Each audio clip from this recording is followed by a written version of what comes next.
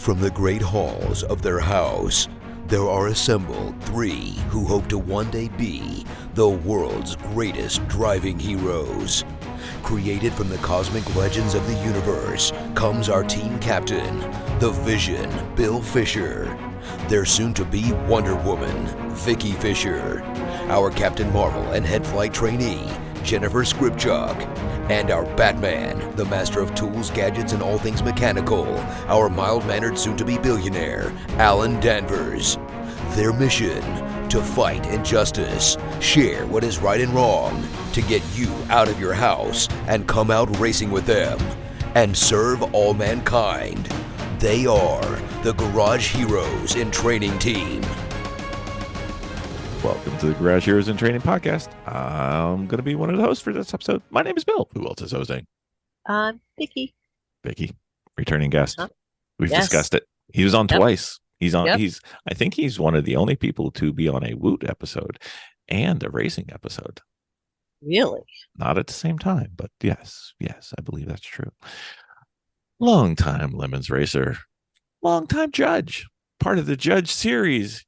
He so eloquently wrote in and said, I don't know if you guys want to talk to me anymore, but hey, I'm a judge. I'm like, okay, sounds great. We haven't talked to him in quite a while. Everybody calls him Craigers. His real name, don't know if his real name, but I know the name he goes by is Craig Ledbetter. Welcome to the podcast, Craig. Hi, thank you. And yes, my real name is Craig, but everyone just calls me Craigers at the track. So. Exactly. So they may not have listened to our Woot episodes. I don't think people like our Woot episodes as much as I thought they would, but that's okay. And they should have listened to your earlier racing episode, but just in case, this could be their first podcast. We have to show off now. Could you tell us a little bit about yourself, Craig? Sure. So I'm a filthy, dirty Lemons racer and got pulled into judging at some point. But we've been racing since 2010. And there at one point, we were doing 4 or 5 races a year. Mostly Hondas. I've branched out and raced with some other teams to drive other cars. But every car I've ever built's been a Honda. So that's been, kind of all of our racing experience. I'm one of those people that can hear a Honda running from across the paddock and tell you how far off your timing is and whether your belt jumped or something. So you need to come up here much more often, sir. We could use that. I heard you guys have a Honda now. So Dude, we have 4. 4? Good Yeah. Lord. Yeah. Well, We we just- have fits, and I have to say, not all the fits are running. So let's be honest here. It's funny, back when I first started Lemons, early to 2010, 2011, and the Fit was a fairly new chassis for Honda. I can remember thinking, here in about 10 years, all those Fits are going to be getting old. That's going to be a cheap way to get into a race in a Honda. And they looked like they were small enough that they should be kind of fun. I've not driven one on track, so I'll have to let you guys tell me. I think that these Honda Fits, I'm kind of running them a little bit alongside Miatas. Really? Like the idea of a little car. Now, listen, I know the Miatas go faster. Listen, I'm not about that. But we were gonna get some letters if you didn't clear that up. Right. But I'm just thinking it's like small car speed. Like, I don't know if there's much more you can add to it to add a little bit more power, but it's just like a fun, cheap way of getting in the Lemons. I mean, even though they got small engines, they really fly on the track. Well, and I guess I want to know if the engine bay will take a K-swap. I think it could. They have case swapped them. I don't know what they had to do it, but I mean, Okay. just a standard one. Rip the engine out, upgrade suspension. We threw a cage in it, but they were running 141s at NJMP. Oh, that's not bad. No, Yeah. I mean, it's not fast built Miata time, but it's not No. bad. no. So and that's with basically you can only do 3 things. You can change the suspension, you can change the tires, you can change the header and the exhaust, and we didn't have any of those. Actually, ours was, we were thinking about it, we should have put on the racing exhaust because we were having trouble shifting because we couldn't tell the engine was getting up to 7,000. It was like, I don't hear anything. There's nothing Well, going on. you could also remove a bunch of weights. Just take the entire roof and just cut it all the way off. Okay, Sasha. The irony is although Sasha has the reputation for that because he just keeps cutting roofs off, more and more roof. Our very first race car, our Civic, it was a two-door coupe that the previous owner had completely cut the roof off of it. And the only thing holding that car together was the roll cage. So I feel the lightness, but it would turn 3 times every time you'd go into a corner. You'd feel the front wheels bite, you'd feel the middle chassis flex, and then you'd feel the back wheels bite because none of it was real well connected. Well, it was a general conversation, not a specific. Yeah.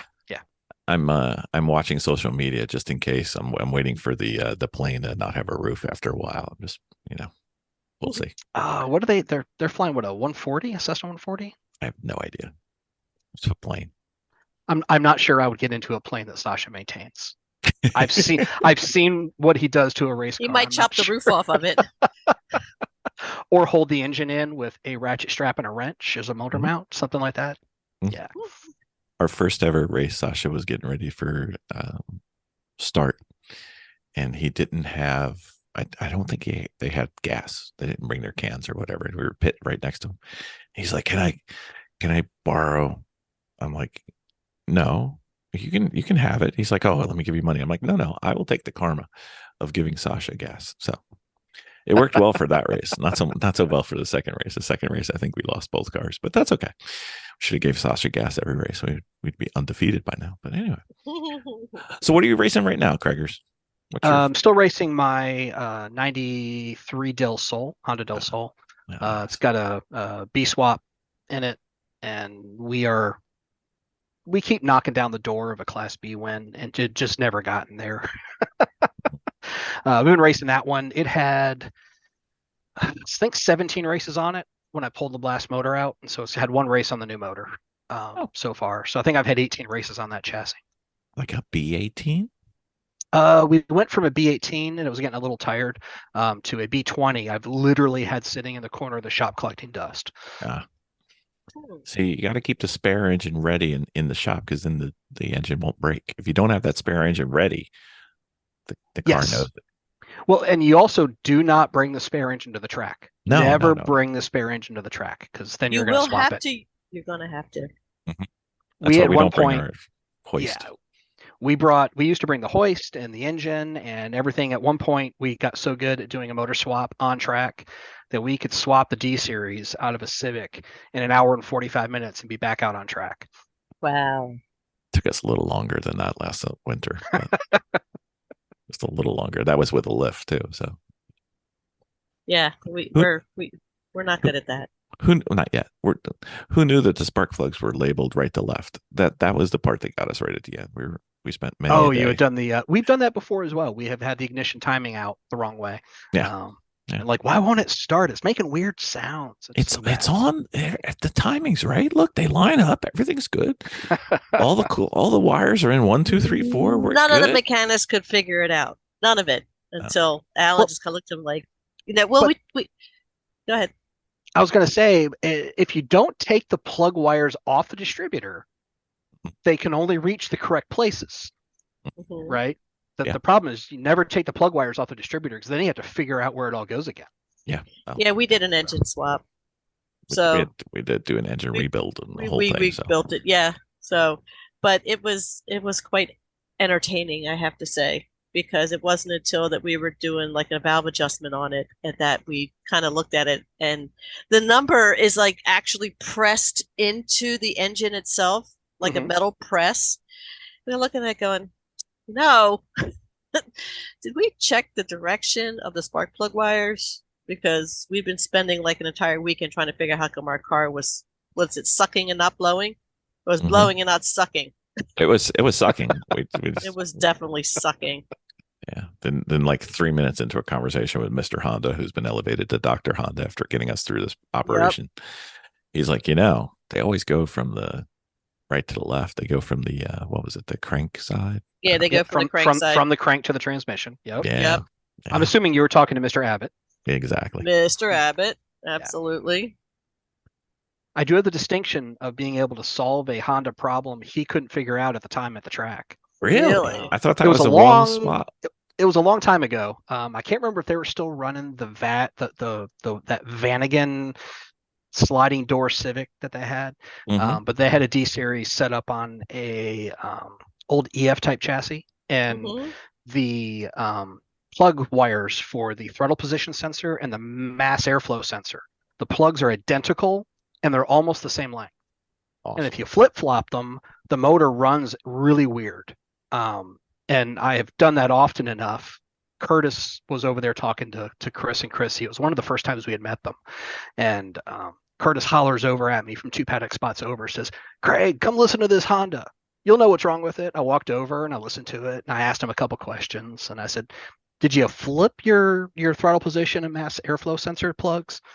Chris goes, "I don't know. Swapped them. Car ran great." Ha. Well, that's two people in the world I know of. The only other one who has that title is Manny. Helped him one time. So Oh, wow. Yeah. I like Manny. Manny's fun. Manny's another tough to track down person for the podcast, but we're going to get you, Manny. We might do it at the race, but we'll get you. It's okay. We know. That's awesome. So as far as your racing goes, you've got a normal, semi-local loop that you guys run, I believe, track wise. So locals a relative term in Lemons, but I think It's in true for quotes. everybody. Yeah, It's in yeah. quotes. So Carolina Motorsports Park is our home track, and that's air quotes. We can race at CMP and then be home in bed by about 8 or 9 o'clock Sunday night. So that's a local track. It's a 3-4 hour drive with a trailer. I don't Coming feel back, like editing this podcast, or I'd have a response for you, but that's fine. I'm sure nothing's that close for you. No. No. And then Road Atlanta, Barber. We will sometimes. We've gone as far as Kentucky, although that's a pretty good haul for us. We've also hauled all the way down to Sebring. That's another one that's a tough tow. And one time we drove up to Summit Point, and it was the actual last race that Lemons ever ran there. Was our only race we ever pulled up to Summit Point. So, didn't you race up here one time at New Jersey or? So I did not. I have not turned a wheel in anger in New Jersey. Okay. I've come up and judged quite a few times in New Jersey, and 3 Pedal had Curtis and I come up and cook for them once. Ooh, I thought you were running. Well, I mean, if that service is offered, just tell me where I send the check, please. We didn't even have seat time at that race. And it was the race when 3 Pedal was doing the Springtime for Hitler theme. We missed that. That was pre us. Like gosh. Memorial Day weekend with an air show. And unbeknownst to us, we showed up and they were doing a Nazi-based theme with, red armbands we wore all weekend that just said 3 p.m. on it. Oh my gosh. And, yeah, Kurt and I like, oh, we didn't know we were signing up for the Nazi theme. Right? That was with the Citroen SM, right? Yes, the SM. I think the Civic was in Godzilla livery at the time. It was after Mr. Fister, so it might have been Godzilla. Might have been a giraffe. Those guys. Might have been the giraffe. I can't recall. And were they running the truck at the time, or was that after they sold it to you guys? I can't remember. That might have been boat time. No, the boat was already retired by then. I know that for sure. Okay. In any case, yeah. Whatevs. So, any tracks or bucket list things you guys haven't gotten to do yet? Because of those lists, we want to do Barber. We haven't done Barber yet. So I'm thinking through my bucket list tracks now. If I did not have to tow, right? If having to tow the car and the whole mess out to the track wasn't a consideration, I really want to go do some of the California tracks. I want to go do Sonoma or Buttonwillow. I've never been out there, never done them. I haven't even judged out there. Those would be fun to go do. Something tells me I should try to tow to Gingerman just because it's a bit of an experience. It's so much fun. And Gingerman is fun. And I've had the tetanus folks have been trying to get me to go to Houston for 10 years. So, Ooh. but as I understand it, Houston's dead flat. The actual track is not the most exciting track, but I hear the paddock camaraderie is really fun there. Mhm. Indeed. You know how we have the okay stupid, matchmaking thing? We need to get a seat swap thing going. Like, I'll give you a seat in NJMP or whatever, or Pit Race or whatever you want, and you give us a seat at Thunderhill or something. Yeah.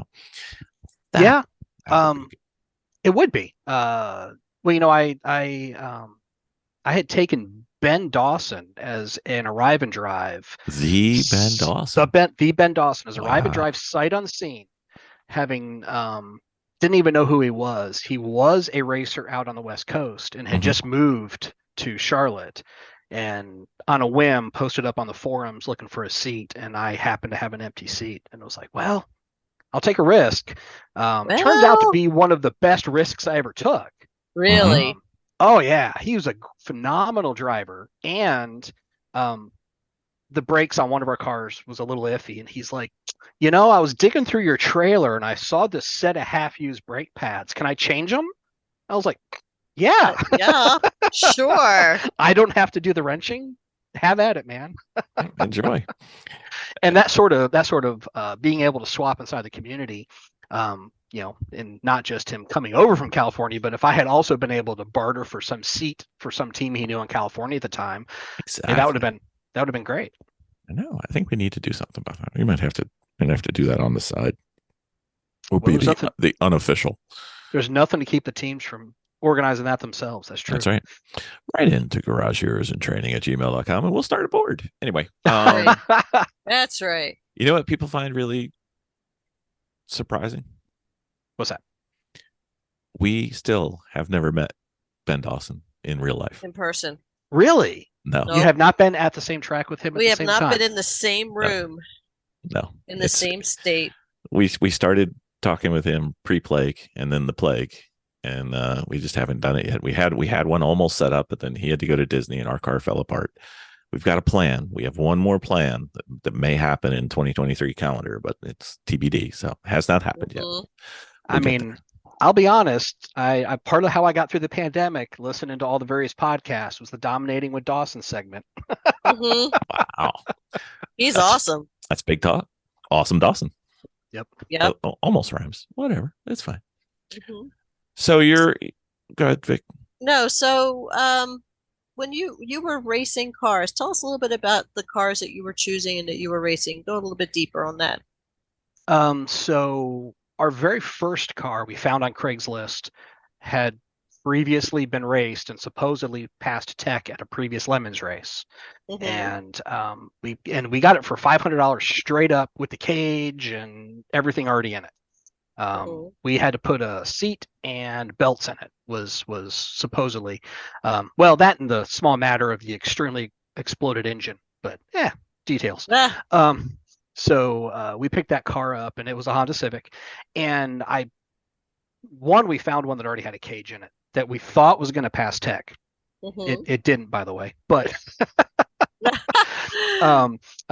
but and it was a Honda. I was like, well, I already know how to work on Hondas. I've been doing work on Hondas and Integras mostly on my own for years, and I was like, well, I understand how to work on them. So let's pick this up, and we did we got a motor for it, and took it to the track, and promptly failed tech for a bunch of bad welds on the roll cage, and had to find a welder in the paddock to fix them and whatnot. But we started out with just this piece of crap Honda that someone had already cut the roof off of and put a cage in it, and from there, once you start accumulating all the tools and the service manuals for a brand, it just becomes easier to just that EG hatch, I could work on that too, and we eventually talked ourselves into a CRX, and we had the EG coupe and EG hatch, and I'm currently driving a Del Sol.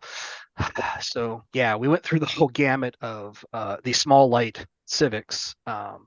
Although we've been getting heavier and heavier, the Del Sol is not a light car compared to some of the earlier hatches. But yeah, and mostly we picked those cars, one, because we figured out how to make them turn and stop. We hadn't yet figured out how to make them go very well, but we knew how to make them turn and stop, and felt pretty That's half safe. the battle. Well, it is. It is. And so at that point, so it's like, well, I already know how to do all this stuff, so I'm going to keep doing it with this brand. Now, I will say we have a RX-8 that I got off of. That's not a Honda. It is not. And it's a little different to work on. I am halfway done caging it. I keep getting interrupted by other things that are more important. But we bought it off of a friend of mine from high school, paid a legit $500 for it, and the clutch went out. He didn't want to deal with it anymore. And so it's been sitting in my shop for 4 years now, I think, waiting on me to finish caging it and for us to get it going. The challenge of caging that car is I can't fit Curtis in it. The roof line on that car is super low, and to have any reasonable seat arrangement, I need to come up with something creative to either make the roof taller or make the floor lower, and there's not a lot of room to go down on the floor. So so we're struggling. We have a B Miata with a 3-inch floor drop if you need, pictures. I might take you up on that, although I'm so hesitant to do a floor drop. The engineer in me thinks, I feel like Mazda knew what they were doing better than I would. Well, from a safety point of view. I didn't say we did the floor drop. We had somebody do it for us because we had the same philosophy. It's like, I don't want to be the bump stop, so to speak. Right. Yeah. I don't want to be the braking surface on the racetrack. I don't want my butt being the thing that's dragging. So. No. I was going to hit the rear diff, but luckily I saved it with my butt. No, I'm good. Let the rear diff die. Right. I'll go buy another one. It's fine. Captain's log supplemental.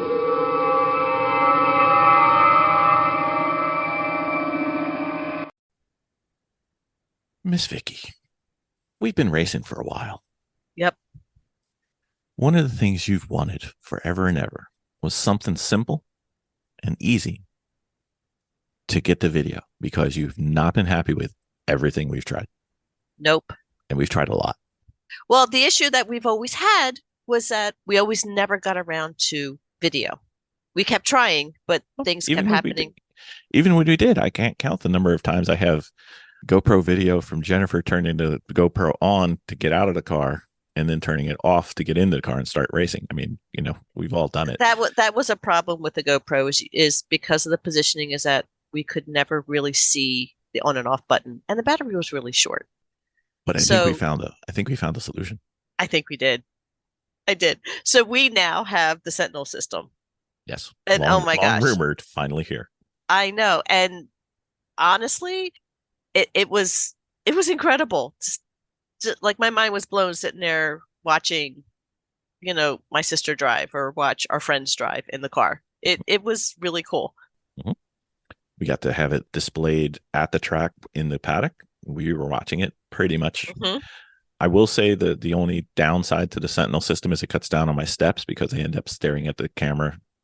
This is true. Instead of walking around the paddock, but I guess I'll get my exercise in another way. So just wait until we get it integrated with the AIM system, and then we have all the telemetry. That'll be fantastic. Right. So right now it shows you can put your logos on it. It determines who's in the car. It has speed, and it has video. And yep, obviously you could put more cameras to it. But what I liked about it the most was that all you have to do is put the box in. And I mean, you can leave it in your car, obviously, but it's ready to go. You know what we had to do at the second race? What? Put in a memory stick. Yeah. The memory stick, yes. And the memory stick. Start the car. That's right. And the video was clear, it was crisp, and it was just amazing that we had that length of time on video, because normally before we would only have these little pin shots of 15-20 minutes before the battery would die, or it would turn itself off, or we would forget to turn it off. and we would have just nothing happening. Or turn it on, or get off on our on and off and have it turn off when we need it on and on Yeah, when we but need it off. this was a steady video for hours, and it was really cool. I loved it. I really did. Well, I'm glad you're happy because, Mhm.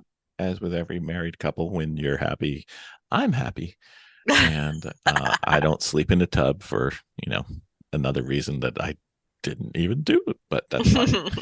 So, all right. So now we're going to use it over and over and over. We got another upcoming Absolutely. race. It'll be fantastic. And they're posting it on our YouTube channel if people want to get bored. It's a great way to fall asleep.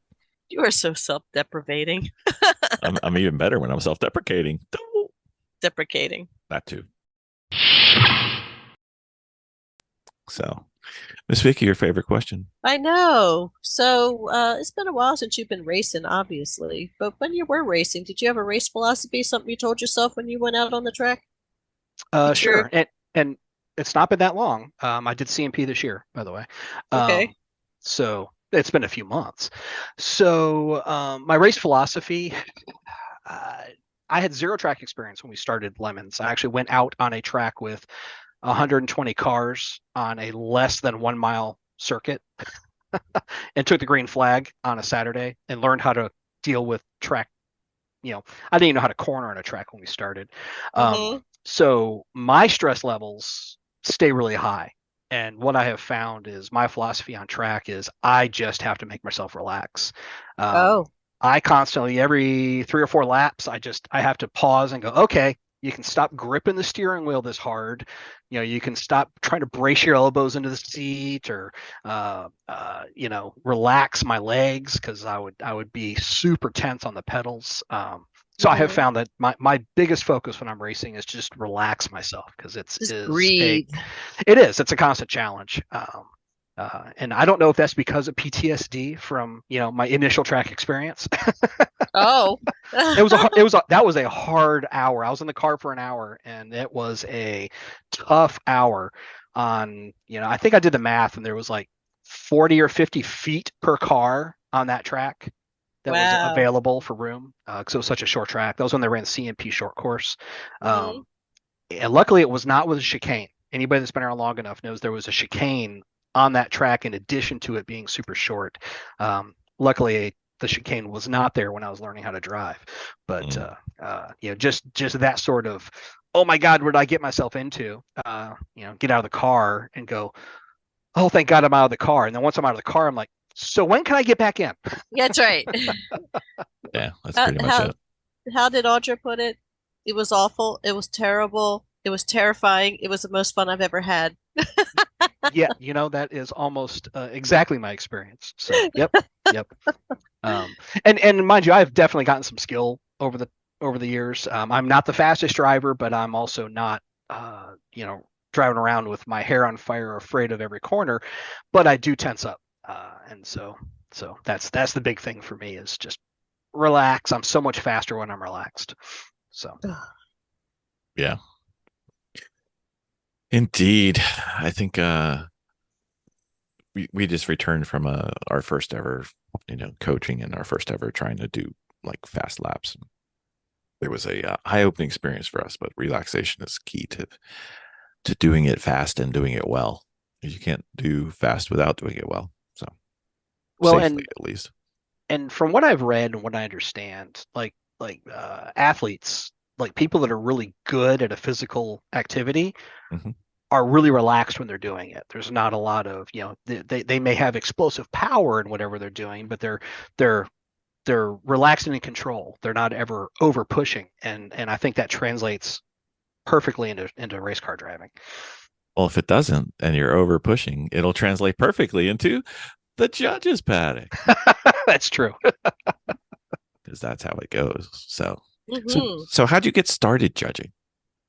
Um, I don't exactly remember. I know I was talking with Lemon staff and kind of hanging out with them, and at some point, I may have just looked at Jay and was like, "Hey, I'd like to try judging," or something. I don't remember exactly how that happened, but I was invited to come audition as it were, at a New Jersey race, and So Lemons was not paying me to be there, and they didn't pay my hotel or any of my travel costs or anything. I was just like, hey, I want to go judge a race. And they said, well, we've got an opening in New Jersey. You want to come do it? It's like, yeah. And now I foot the bill for everything just to go out to NJMP.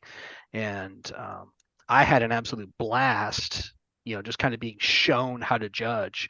Now that was with Judge Steve teaching me how to be a judge, which he had some good qualities and some bad qualities as a judge, and I like to think I picked the middle of the road there, but yeah, that's how I got in. Was I don't remember the exact conversation, but it was just a hey, yeah, come judge, and then after that race, they were like, yeah, we think you did a pretty good job, and at that point it was we'll actually cover your costs to go judge. So Right. at that point it was a no-brainer. I was like, yeah, I get to go do all the fun Lemons weekend stuff with none of the prepping or race car stuff. Yeah, sure.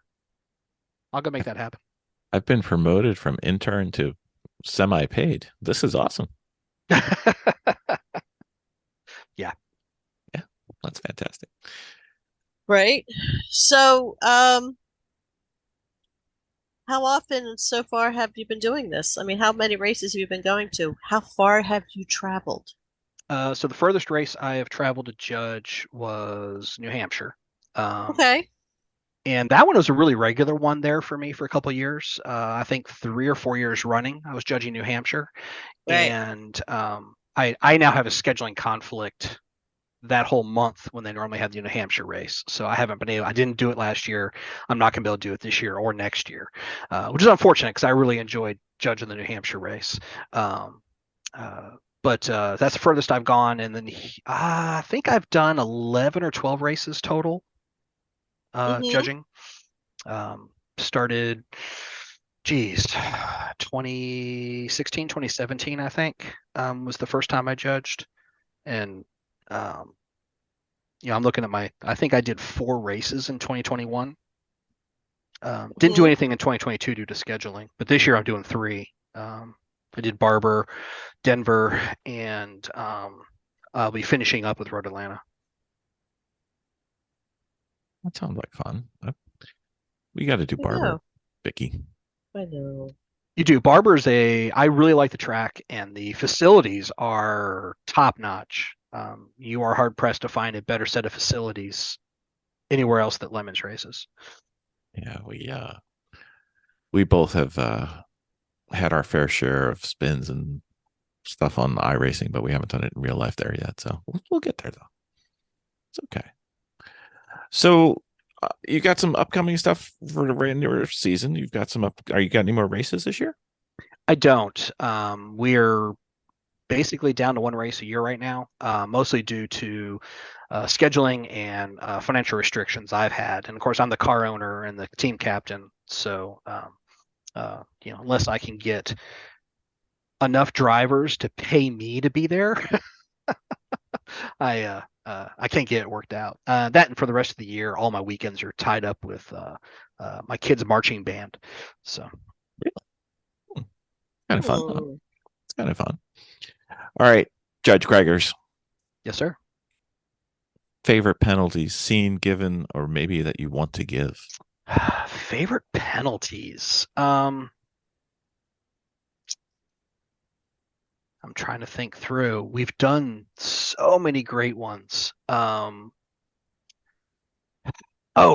So I think the favorite penalty I've seen done, this was before I was a judge, but at one of the CMP races, Kim had a whole shotgun wedding theme she had packed together, complete with like toy plastic guns and jean overalls and a wedding dress with a baby bump on it and whatnot. And they took a team that had a pickup truck that had black flagged and piled them in the back of the pickup truck to do their shotgun redneck wedding. Oh God. The entire team had to wear, the coveralls and the shotguns, and the someone had to be the bride, the obviously pregnant bride, and the nervous groom, and made them drive around the paddock on that one. I enjoyed that one. That was a fun one. Elaborate but creative, and something that you could just tell the team really didn't want to do. No, I love that. Sometimes those are the most fun, is when the team's just not getting it. Okay. Well, it's fun for everybody else. The Exactly. teams are pretty miserable, and okay that's always fun. But because I've had teams leave the race instead of doing a penalty I gave them before. Really? It was at New Jersey, and I had a team come in. They were on their third or fourth flag. It was a Sunday, and I told them, you're going to do a bikini car wash. And, what? Go. There was a hose spigot somewhere convenient, and it's like, you need to go find some soap, and you guys need to strip down as much as you're willing to, and do a bikini car wash in your car. And they refused. Did they? They said we are not doing that. Then I said, you're not getting back out on track. They put it on the trailer and went home. Oh, did they? Yeah. It was Sunday, and it was fairly late Sunday, and I guess they just decided it wasn't worth the humiliation to get back on track. The indignities. Yeah. We were at that race. It was quite funny. Oh, were you? Oh, yeah. Was that the race I gave you guys, the Bob Ross? Yes. I believe so. We did a Bob Ross. I remember you guys took like 2 hours to do it. She wouldn't stop. It was supposed to be 20 minutes. I was like, it wasn't 2 hours. You were only like your third flag. And would not stop. It wasn't 2 hours. It was. It was not 2 hours. It really was. I went out, did my stint, and came back in, and you were still painting. It was a beautiful painting. It was. It was a good painting. And then we did it on the back of Amanda's Buick? Buick. The Buick. She's got our Bob Ross on the back of that too. That's awesome. There's a lot more acreage on the back of that Buick, though. Yeah, it really is. It's like 4x5. So what themes stand out over the years? Ooh, that are your favorites? It's funny. I like really obscure themes. That said, the really kind of out there up front, like Planet Express, that's always a fun theme when it's well done. Or some of the like Tuna Chuckers with their LTD. They had switched from this little Amazon to this LTD that was just a gas guzzling, the biggest, I think, was it a 460, like one of the biggest V8s that or was a 500, I don't know. It was this massive V8. It was just a gas guzzler. So they put a big, huge, like one of those oil Dirk arms that goes up and down for an oil pump. They had put one of the huge one of those on the back of the car, and of course had standard oil on it before that it got broken up. And it was big enough it would not fit under the garage for Black Flag at Charlotte Motor Speedway, and they actually ran into the fascia on the garage on the NASCAR garage there. Oh no! But that was a fun one. But for obscure ones, like one of my favorite obscure themes, and not a lot of people noticed it or really saw it, but a buddy of ours, Claybo, had built a Jag, and he had done the roof of the Jag like you would see the General Lee, except instead of the Confederate flag, he had the Union Jack on it.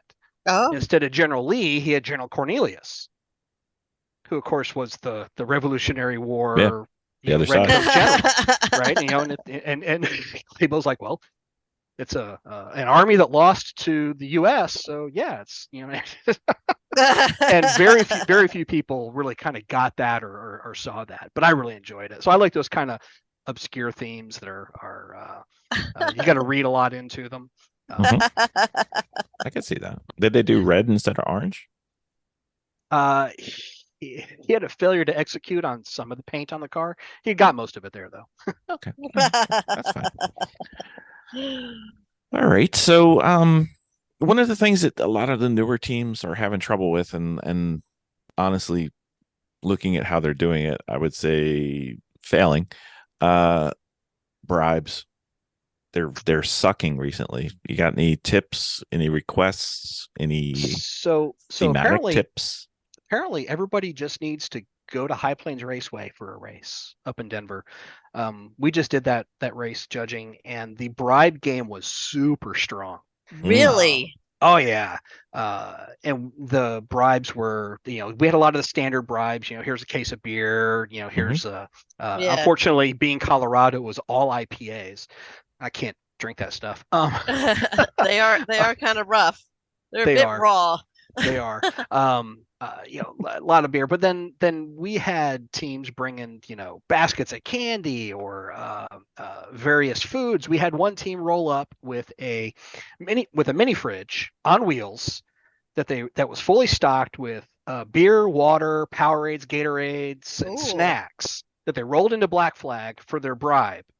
They plugged it in and they said, "This is for you all weekend," which was actually really fairly nice. The only promise I made them give me was that they were going to take the mini fridge away when we were done, because last thing I want is a mini fridge to deal with on Sunday. Yeah. And they're like, "Oh no, we're planning on keeping it." But like that bribe was great. I mean, you can go with the high end alcohol and the liquor or whatever. I think every judge tends to end up with a fairly well stocked liquor cabinet as long as they tell enough people what they drink. But at the end of the day, kind of the creative bribes that are a benefit to the judges or a benefit to the staff, even just to the corner workers. Some teams make bags for the corner workers and try to find where the corner worker meeting is every morning and hand out, water and a snack and a granola bar or whatever in the bags. And to use that as your bribe is great because it makes the weekend easier for everybody else. Right. So if one Judge Kreger's was at a race, do you have any requests or thematic requests that you'd like? Specific for me, if you want to get the favor of me in particular, scotch and cigars. Okay, it's very easy and consistent. Yeah. Okay, very nice. Very nice. Okay. So, what is your one event or situation that sticks out most during your times in Lemon? Event or situation? Yeah. It's your podcast, man. Do what you want. Now, like something that I saw someone else do or something that happened to me? Yeah, well, both. How about that? Yes. Yes. Well, see, now I've expanded rather than contracted the set I had to work on. That's not helpful. Sounds like me at every race. I just expand instead of contract. Like, you will not believe what happened, but check this story out. I mean, God, there's so much stuff. So much stuff. Nothing ever happens at a Lemons race that can be spoken about. Well, now for me, one of the stories I tell, and I unfortunately may have already told this on your podcast before, is my experience racing with NSF. No one listens, Greg. Nobody listens. No one listens. Yeah. All 12 people. Racing with NSF, Bob had invited me out to Eagles Canyon, and he had a Barracuda. I can't remember what year it was, 60 something Barracuda that had every bit of motor. It was frankly an extremely cheaty motor.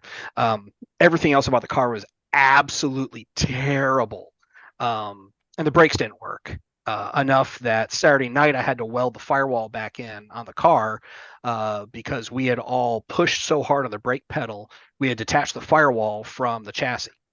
We had actually ripped the metal, so I had to fix that Saturday night. Well,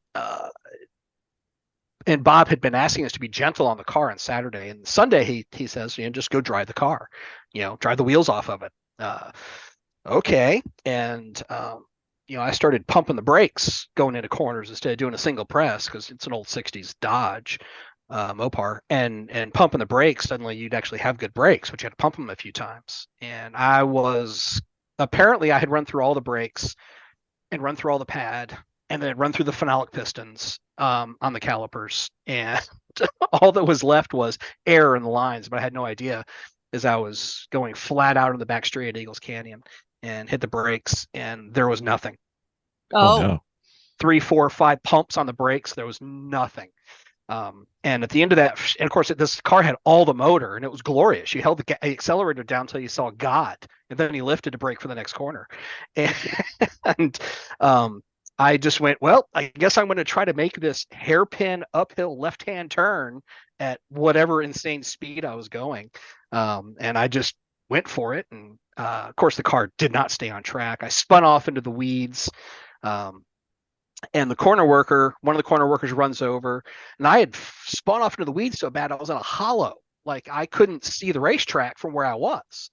And I'd spun around enough times, I no longer really knew what direction the racetrack was either. Awesome. So, yeah. So the corner worker comes over and goes, "You okay?" I was like, "Yeah." And he goes, "Yeah, we were waiting for that." I was like, "What do you mean you were waiting for that?" He goes, "Oh, yeah, your brakes have been on fire for 2 laps." no way. I'm like, you couldn't have flagged me off the track.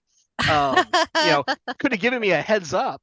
Preemptive And- black flag, maybe, Yeah, please give me a flag. I'm thinking my car's on fire. A black flag is warranted. Just, Right. Well, and although I say on fire, I suspect what they really were was glowing white hot and probably spitting, but not really engaged on fire.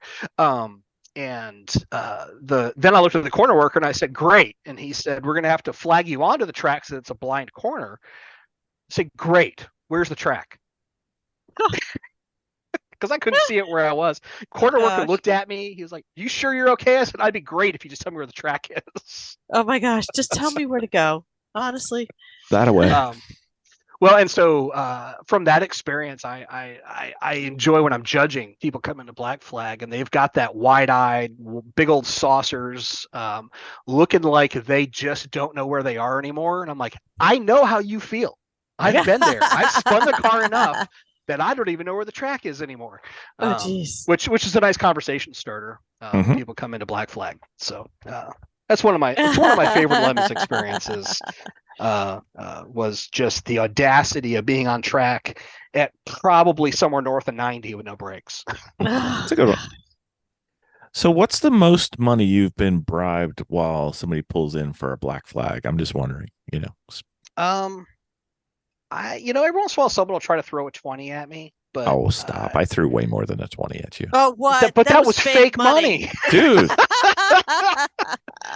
Apparently people were taking it to the strip bar down the road. I heard that. I'm fairly certain that's a felony.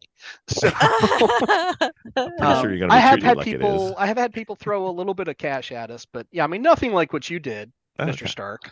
That's but, right. That was a good costume. yeah, that was. You know what the best part is? I don't think you know this, Craig. So I dressed as Tony Stark for one of these, and suit, the wacky beard thing and everything. Dyed my hair black because my hair is not black, and it was supposed to be temporary hair dye. It wasn't, was it? I went and had it done and everything just to make sure we did this right. And it, like 2 weeks later, it's like it's not going away. He went into work, like we run a company out here, and he went into work and they thought he was having a midlife crisis. Were they looking for the sports car and the girlfriend out front? Oh no. No, that's standard. That's it every was day. Hilarious. He's like, but I told him to put like temporary. And I'm like, yeah, it's called a demi, which means it only lasts like, 6 weeks. I thought it was like a week. Totally. I thought it was temporary, like a week. Yeah. Life is good. No. Nope. Had a crew cut the next day. I'm like, this is going away. That's awesome. It was good. All right, sir. You've got a racing region that you're from. Any tips for people who aren't from the area that this is where you need to go and why? Barber Motorsports Park all day. If you've not raced the Southeast and you have not raced at Barber, you need to go. It is an experience. The only part of Barber that is unfortunate now is the Code 35 flag they throw, and they've been getting better with it. some years ago, apparently a Barber employee was injured by a car on track not paying attention to yellow flags Mm-hmm. when they had a safety worker on track. And so Barber, and I don't think it was our series. I think it was a different series where that happened. But so the Barber Motorsports Park, the track manager and the track owners and whatnot decided that anytime a Barber vehicle was on track, they were going to double yellow the race and everyone drop into a single file line. And at a Lemons race, there's not a lot of time when a wrecker's not on track. So there were some races where it was kind of painful. Lemons has gotten around that by hiring independent wrecker crews. So now they can do hot tows under a local yellow at Barber. But anytime Barber's safety truck has to go out or medical staff or anything, they end up throwing, they call it Code 35, where not only is it a double yellow, but you can't drive more than 35 miles an hour on track. Ooh. Yeah. Ooh. Barber realizes that a lot of the cars don't have speed limits, right? I mean, speedometers, right? They do, and I suspect that they allow for that. I've only judged Barber once, and we didn't have any Code 35 violations when I was there. So at the very least, however they're handling it is well handled, and people aren't getting caught with that rule very often. So does the Code 35 apply if you're an entrepreneur who knows people? I'm afraid it's still you, Home Slice. Oh, nicely done, sir. Nicely done. So, what is one of A the link will be provided to the stupid inside joke. It's not that inside, by the way. No, and it is stupid though. I'll give you that. Tremendously stupid. So, what is the most misunderstood thing about Lemons that you think is out there? I think the most misunderstood thing is it's real racing. And in fact, it is real racing to the point where it's really hard to win. You can't, as much as people want to come in and cheat to win, they still don't win. You can go out and spend 30 grand on a car and you're still not going to win the race. You've got to be able to beat, Hong Nor back when they were running really fast, or the I forget the name of the team on the West Coast that wins all the time. It'll come to me in the shower later. Or Three Pedal or Amanda Tully, or you still have to be able to Cerveza. Thank you. I appreciate that. Now I don't have to beat myself up in the shower later. That's a picture. Stop, I'm just trying. Wait, what? Back up, back away. Sorry for the imagery. Back away. So you still have to be able to solve the logistics problem, and that logistics problem is only partially solved with money. There is a part of Lemons that is super hard to figure out, that just takes time and experience. And I think a lot of people, especially in the other budget series, I use air quotes for that, I think some of that gets missed, or they'll belittle Lemons a little bit, and it's like, Lemons is super hard to win. Because I had a couple champ. There's 150 cars. Yeah. At most 3 win. Right. At least on laps. Yeah. And the number of times I've lost B, I have definitely ripped defeat from the jaws of victory a couple times in Class B, and you have got to be on point, and you have to do everything right the whole time to win at Lemons, and that gets missed. The Chump Car or Champ Car, whatever they call themselves now, I did a couple races with them, racing with Duff Beer, because Duff Beer used to do the VIR 24 with them. And every time they'd see someone come in with like Lemon stickers on their helmets, they always had a negative thing to say, and oh, you'll like it so much better here and whatnot. And I'm like, well, maybe not. And it might have gotten better. I've not done another series in a hot minute, but that attitude was definitely pervasive 7 years ago. So, indeed. Well, sir, there's something that we usually end with, but we've already asked you most of the questions, but we do have some new ones. Oh, okay. We And, do. Oh, so you mean all my research is for naught? all your research is for naught.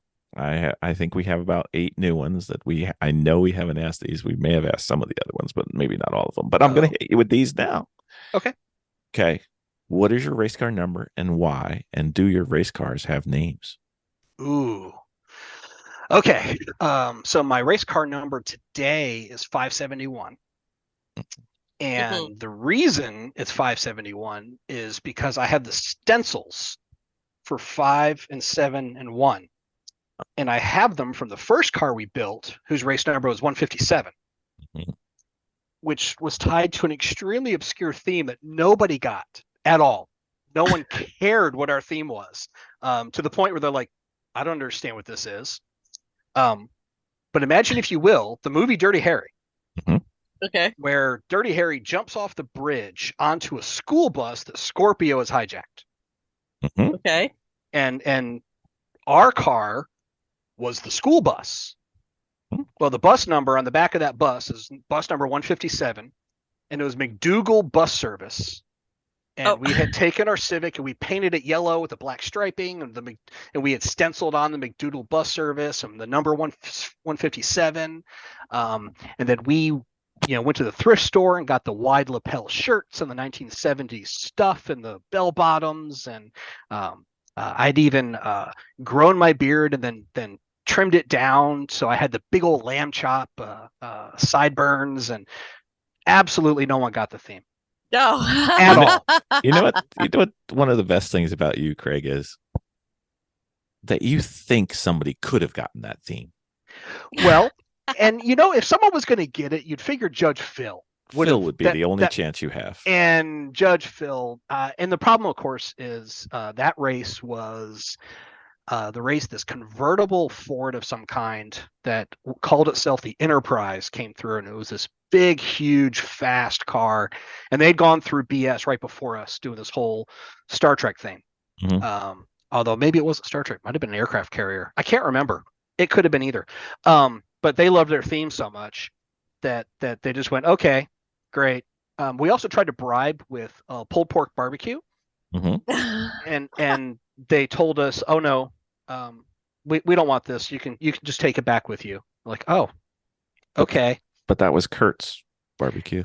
Yes, it was.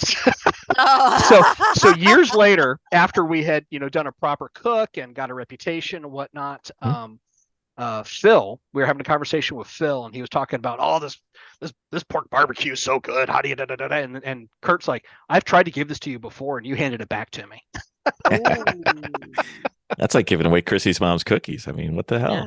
It is. Give away Chrissy's mom's cookies. Although nobody has ever done a theme based on our barbecue, so Chrissy's mom's cookies are much better. Well, I mean, we are due for a new theme. if only Kurt would come on the podcast, maybe. It's only been 3 years. I will be honest, I have looked really hard at how difficult it would be to turn the Del Sol into a big green egg. Wow. We've looked at that. You need a ball peen hammer, just a ball peen hammer in green. And green vinyl. I'd have to get the big dome shape, and that's just going to be painful. I can make it work, but I've built bigger, so I can make it happen. You also asked if we name our cars. I did. And so the Del Sol is very uninspiredly called the Del Slow. Okay. Because why not? Our very first car, the one that had at one point in time been the Dirty Harry school bus that no one got, its next race, it became a Bumblebee because the car was already yellow and black. And my daughter was like, you should turn it into a Bumblebee. Various other people in the team take credit for the Bumblebee theme.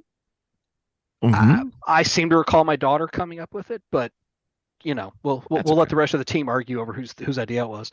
So I built this big old huge wire cage Bumblebee butt on the back of the car and painted and followed the striping and whatnot. So that car was just simply the Bee until it finally fell apart.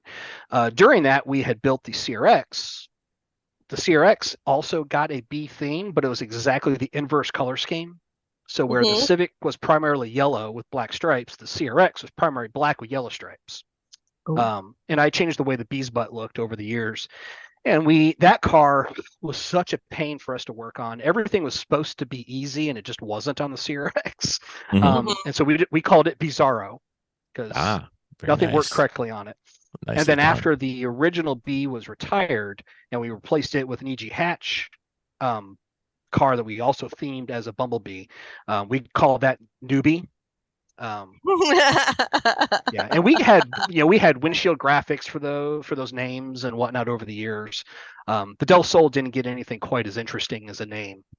I'm still not sure what we're going to call the RX-8 when I finally finish it. I guess something will come to us. You've got time. You've got time. Yeah. So let me see. How about oh, wow, we do have a couple. This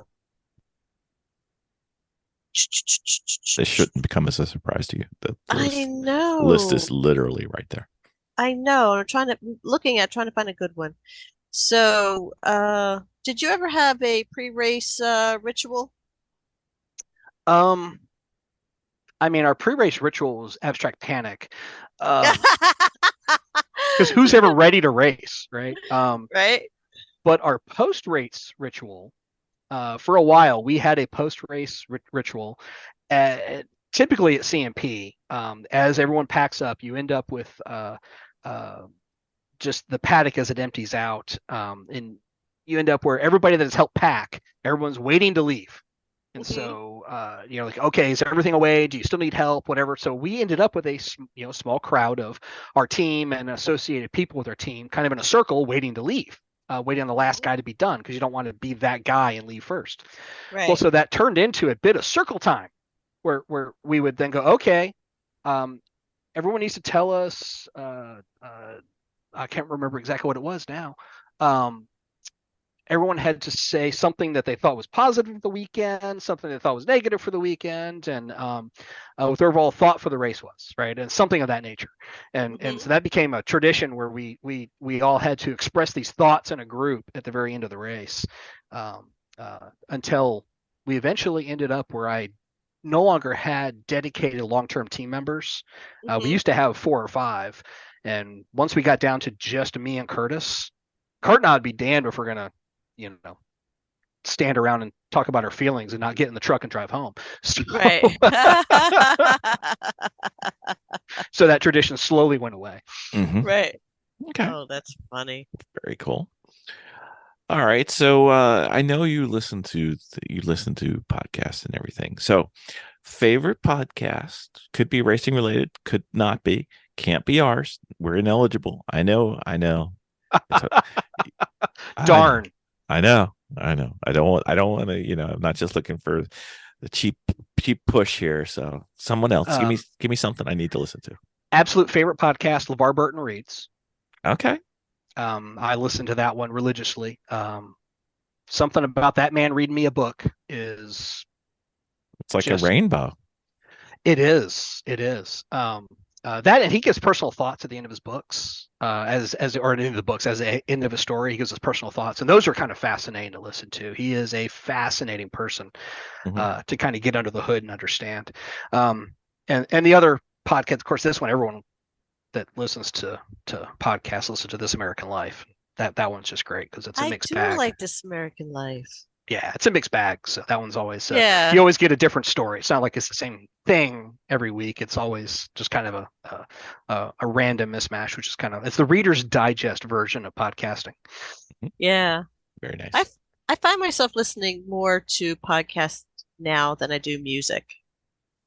I still listen to a lot of music, but when I'm in the shop and I'm working like on a personal project or I'm working on a car or whatever, I'll throw a podcast on my hearing aids, oddly enough, and just start working. And so it's also how I get through the back catalog of longer format podcasts like Garage Heroes and Training. We haven't had mental on in a while. That's fine. There was a point in time when I just had to stop. I was like, 3 hours is just more time than I'm willing to put into a podcast. Right. I tell you, you are not wrong, honey. You don't have to edit them, so you just be quiet over there. All right. Very boring. All right. Dream car to build a race car from. Dream car to build a race car from.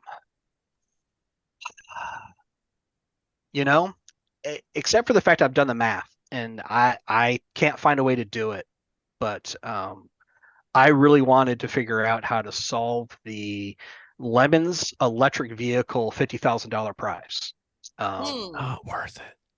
Well, no, I've done the math. You're right. It is absolutely not worth it. In fact, last time I ran the numbers, it was about 800,000. It was going to cost to go win that 50,000, and that was, That's a pretty you good know, investment in racing terms, though. oh well, yeah. If I was going to go do real racing with it, that was trying to go find a salvage Tesla Model S, and then all the battery packs and all the charging infrastructure and all that. I drive a Model S every day, and track prepping that car would be an absolute blast. Trying to figure out how to make that thing corner with all the weight it's got would be so much fun to go figure out. You know where And you don't want to do this? where's that? CMP. Oh yeah, no, absolutely not. The No. fire ants will kill you. Yeah. The power is terrible. Yeah. I just, you might as well just bring the fire ants home with you. I'm assuming you guys have heard the story when Duff Beer did their electric car and the fire ants shorting out all their chargers. No, tell us that story. So they had a bank of chargers. I can't remember which version of the electric car it was, whether it was a lead acid battery version or the lithium ion volt pack version or whatever version it was. But they had this army of chargers on a table that were plugged into multiple 10K generators. And they weren't really nice ones that are quiet. They were the absolute loudest thing you could buy from Harbor Freight. So their paddock was miserable to be near to begin with. But the chargers, they didn't know that fire ants are attracted to electrical fields, and they absolutely are. And their chargers started shorting out, and they couldn't figure out what was happening. And they discovered that there was these massive trails of fire ants crawling into the charging equipment. Oh, geez. And shorting out the contacts inside the charging equipment. Oh my God. That's spectacular, Lemons. Yeah, because fire ants love electricity for some reason. All right, my next to the last one. Favorite SNL cast member or skit, or both? Oh wow. Favorite SNL cast member or skit? Babe's going deep. That's right. Well, I'll be honest. I'll be honest. So if it comes up like on a shorts reel or a throwback presentation of SNL, I absolutely love, and it's fairly recent, the news segment they do, where they'll take the two guys and they'll flip flop the stories, where the white guy has to write the black guy stories and the black guy has to write the white guy stories. Oh and, yeah, and they have to read whatever is written as it's written. I find that stuff absolutely hilarious. And I don't know why. Highly awkward. Yeah, just like, oh my God, I can't believe you're making me read this. And it goes equally for both of them, right? Both of them are just able to dig into one another, and those are really fun. I think only think they do those once or twice a year, but those are great when they do those. Miss Vicky, last call. Yeah, my last one is: what is your most memorable breakdown on track or road? On track or road? Yeah. I already kind of told you my most memorable breakdown on track. Yeah. Yeah, that's probably the winner. Yeah. Okay. That's a wrap. But I can give you some fun ones on the road. Yeah. So my first vehicle was an '83 Ford Ranger, the 4-cylinder 4-speed, and for whatever reason, and it was a overhead cam with a timing belt, and the timing belt would jump time constantly. Wow. I'd be driving down the road, and all of a sudden the power would go away, and the first time it happened, it took me weeks to figure out, get the car towed and all that. Once we figured out the problem, I would just have to disassemble the front of the motor and reset the timing. Well, it got to the point where I was on a date, and I was driving the truck with the date in the car, and the timing jumped. And I was like, oh, I know what that is. And give me 5 minutes. I'll get this fixed. With a ratchet strap and a wrench and a socket, I could go out in the dark with no flashlight. I could pull the timing, pull the tensioner out and slip the cam back into time, pack it all back up, wash my hands up, get back in the truck, and go on. Wow. It's like a magic trick. Right? It was. I don't remember how that date went, to be honest. But yeah, it's okay. All right. If I ask this one, I have a backup, but I want to ask it because I want to make sure. What car would you love to switch into that you have raced against in the past, and at what track? It's interesting. I've had the opportunity to do this before. So years ago, when Hong North was the winningest Southeast team, they were winning overalls all the time. Their little Mazda, I think it was an MX-3, might have been. They just had a race where they decided they were going to give anybody lap time or track time in their car that had helped them out over the years. And I had welded up a header for them at an Eagles Canyon race where they ended up winning overall. So they had offered the track time, and that the car's name was some bitch, and they had offered the track time, and I said yeah, and I got in the car, and mind you, this is a overall Lemons winning car, so I'm getting in it figuring there's some secret sauce, there's some magic in this car, there's something about this car that's going to be great. And that was the day I learned it had nothing to do with the car and everything to do with the drivers. Right. I got in that car and I was a full second and a half slower in the MX-3 that's won a race than I am in my CRX. And so it turns out, for the most part, it is not the car. It is the drivers. Once you get the car to a certain point, it doesn't matter anymore. It's all about how it's being driven. So although there are some cars that I think would be fun to drive, like the Tatas, Camaro, Cadillac, whatever that thing is, that would be fun. That would be fun to just go turn a lap in, or I can't remember the name of the car. There's that LS swapped Lexus. That one would be fun to go turn a lap in. There's someone built. I thought they had built the Cadillac. The Cadillac's essentially a Cadillac on a Corvette chassis. I can't remember the name on that car. It's not the STS, ST something. It's a two-seater Cadillac, and it's kind of in the same vein as like the Solstice or the View, not the View, the Sky. Sky. Yeah, not the View. View's a completely different mess. But in any case, this Cadillac was apparently really a Corvette under the skin. That one would be fun to drive, just to go. I'm gonna race Cadillac. Indeed. Well, Craigers, it has been way too long. We are long overdue. We will try to keep our podcast under 3 hours just for you. Oh, I appreciate that. Might be a part 1 and a part 2 sometimes, but that's okay. It's fine. Yeah.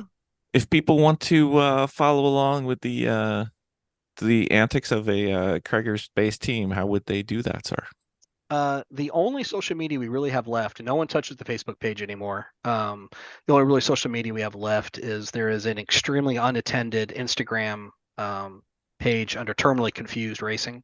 But to be honest, we we kind of stopped doing social media in 2020. So not a lot there to watch. To be honest, you want to come see us, come to a race.